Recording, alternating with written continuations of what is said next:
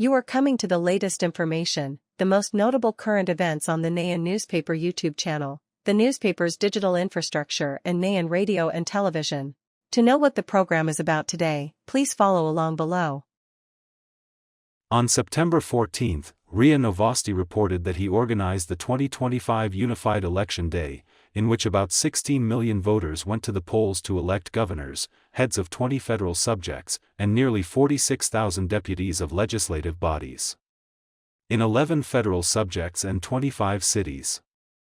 According to the Russian Central Election Commission, the official voting day is September 14, but ballot boxes have been opened since September 12 for the convenience of the people.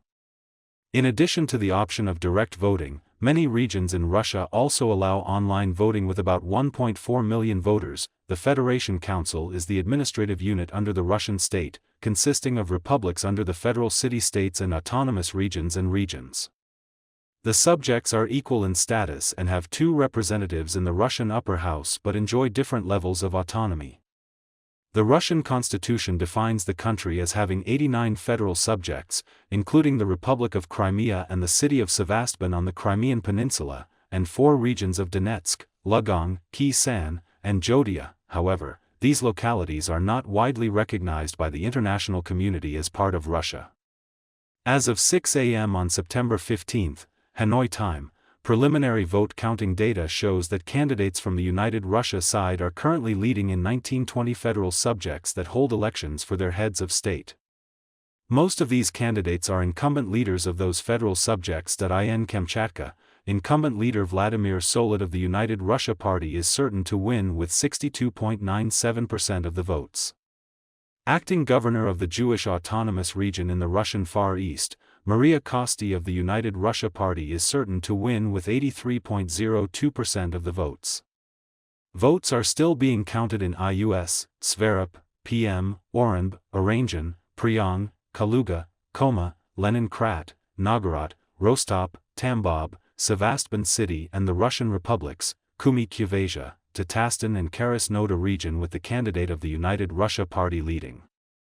In the Republic of Chuvaya, the liberal candidate Ol Nikolaev is currently leading. Nikolaev's opponents in this election are Vladimir Ilyin of the Russian Social Justice Retirees Party, Maxim Morozov of the New People Party, Vladimir Savinov of the Green Party and Konstantin Stepanov of the Russian Liberal Democratic Party. Earlier on 14th, the head of the Central Election Commission of Russia Enla Pfilova said that the country's election network system was facing an unprecedented attack with about 290,000 attacks on the CC website and more than 300 attacks aimed at the remote electronic voting system. However, these incidents did not affect the voting process. In addition, Russian surveillance also recorded 10 attacks by UAVs on polling stations in the 2 border states of Bryansk and Belgorod. However, the UAVs were all intercepted and no damage was recorded. On September 15, in an interview with The Guardian, Polish Foreign Minister Radosz Lajkowski said that Moscow had used harmless UAVs to test the reaction of the North Atlantic Treaty Organization, NATO, through a gradual escalation tactic to avoid provoking a full-scale response from the military alliance. According to Polish TVPW, Mr. Sikowski's comments were made on the sidelines of the annual Yunta European Strategy Conference in Kiev, where Ukrainian and allied politicians discussed the country's future prospects after 3.5 years of full-scale conflict. Mr. Sikowski confirmed that the drones that entered Polish airspace were capable of carrying explosives. However, he stressed that what was interesting was that they were all harmless and that this suggested to me that Russia was trying to test our reaction without causing a conflict. Poland's air defense system has been criticized for not being ready for the incursion mission. Of the 20 or so drones that entered Polish airspace, only 3 or 4 have been confirmed to have been shot down with the help of NATO allies based in the country. The Polish military responded that in deciding which targets to shoot down, the ultimate factor was the threat to civilian lives, followed by the value of property that could be damaged in the attack. Poland's foreign minister agreed with this approach. Mr. Sikowski said the drones had failed to hit their targets, with minimal property damage and no one injured. If this had happened in Ukraine, by Ukrainian definition, it would have been considered a 100% success. Mr. Sikosky said that if the incursion had resulted in Polish casualties, Warsaw's response would have been much tougher, but he declined to say what consequences that would have for Russia. Mr. Sikosky stressed that the intrusion could not have been a mistake given the number of drones deployed. Mr. Sikosky said he could believe that 1 or 2 missed their target, but 19 missed in one night over a 7-hour period. Sorry, I don't believe that. On September 14th, the Ukrainian newspaper TKF Independent reported that Special Forces of the Ukrainian Defense Intelligence Directorate HUR successfully detected and destroyed a Buk M39K317M anti-missile system near the town of Oleksivka in the Melitopol district of the Jabrikia region, which is currently under Russian control. The Buk M3 is one of Russia's key air defense assets used to eliminate air targets on land and water. The system is estimated to be worth between $40 and $50 million. Buk is a self-propelled medium-range air defense missile system first developed by the Soviet Union in the 1970s. Over the following decades, the Soviet Union and later Russia developed various upgraded versions. The Buk M3 is the latest version produced by the Russian Defense Corporation Anti, which is said to be capable of tracking and simultaneously attacking up to 36 targets. The system is designed to take out planes, helicopters, cruise missiles, and UAVs. Ukai has previously reported multiple incidents of Russian pods being destroyed during strikes. In May 2025, Ukrainian Special Forces said they had destroyed an M3 pod in an undisclosed frontline area. Earlier in February of this year, the Ukrainian General Staff also reported a successful strike on a pod in the Jabrikia region.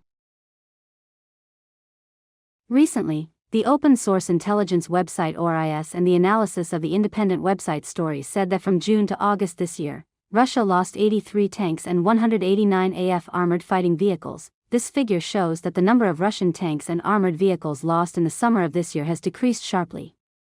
According to sources, during this period in 2022, Russia lost 252 tanks and 411 AFVs. In 2023, this number was 274 tanks and 468 AFVs. Meanwhile, in 2024, it was 268 tanks and 619 AFVs. Notably, the loss of other Russian military vehicles was only half that of the summer months of previous years. The main reason is that Russia is using fewer and fewer armored vehicles. After losing hundreds of vehicles near IFK in late 2023, the Russian military has scaled back its large-scale assaults with tanks and APCs. Instead, Russia has relied more on ground assaults that sometimes require little or no armored support. According to Forbes, even when armored vehicles are used, they are used only to transport troops closer to the front line, not to break through Ukrainian defenses.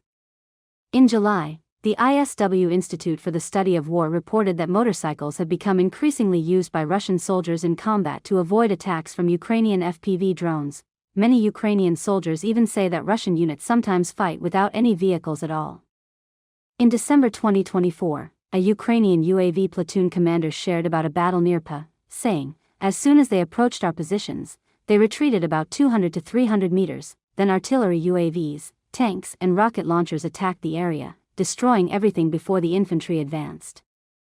According to experts, there are two main reasons why Russia is cautious about using armored vehicles: shortages and vulnerability. ORIS figures show that Russia has lost more than 4,100 tanks and 9,000 AFVs since the conflict with Ukraine began. Meanwhile, many of the vehicles that remain in storage have been damaged or are only used for spare parts. Satellite images analyzed in June this year revealed that Russia has less than half the number of tanks and IFVs it had before the military operation in Ukraine. Many of these vehicles are not can operate. However, Russia is also producing new tanks. According to an investigation by the news websites Novi Gazeta Europe, Urun and Konzavat, Russia's main tank factory is building around 20 T-90S and repairing more than 100 T-72S every month. In addition, other Russian factories are involved in restoring older tanks. However, experts say that Russia may not have enough tanks to launch a large-scale attack at its current production level. Meanwhile, FPVs have become the main threat on the front line in Ukraine. Ukrainian soldiers call the 10 kilometers area around the front line the death zone because UAVs can detect and attack vehicles before they reach combat positions. NATO estimates that by 2024, two-thirds of Russian tanks will have been eliminated this way. Even well-protected tanks are not immune to attack. Even a small FPV can cause damage to tank tracks and immobilize the vehicle. Ukrainian UAVs can even drop anti-tank mines to destroy enemy equipment, according to Russian military bloggers. The problem is not only the fear of tanks being destroyed but also the ineffectiveness of their use. The reason is that Russian units can lose dozens of tanks and IFVs each month but gain almost no advantage on the front line. However, some analysts believe that Russia's temporary suspension of tank use may be in preparation for a large-scale offensive in the fall. European and Ukrainian officials have warned of the possibility of a Russian breakthrough near the city of Pograb, which Moscow forces have not been able to gain control of for more than a year. Last month, Bloom reported that German and French officials had also discussed Russia's buildup of forces near the city of Pop. Ukrainian President Vladimir Zelensky said that Russia had deployed 100,000 troops to the area. Pograb is a transportation hub for Ukrainian forces in Donbass. If Pope falls, it will open the way for Russian troops to attack the last Ukrainian-held cities in the Don region, Sloviansk and Gramatok. Ukrainian brigades are fighting near PGR, or Russia is also deploying Marines there.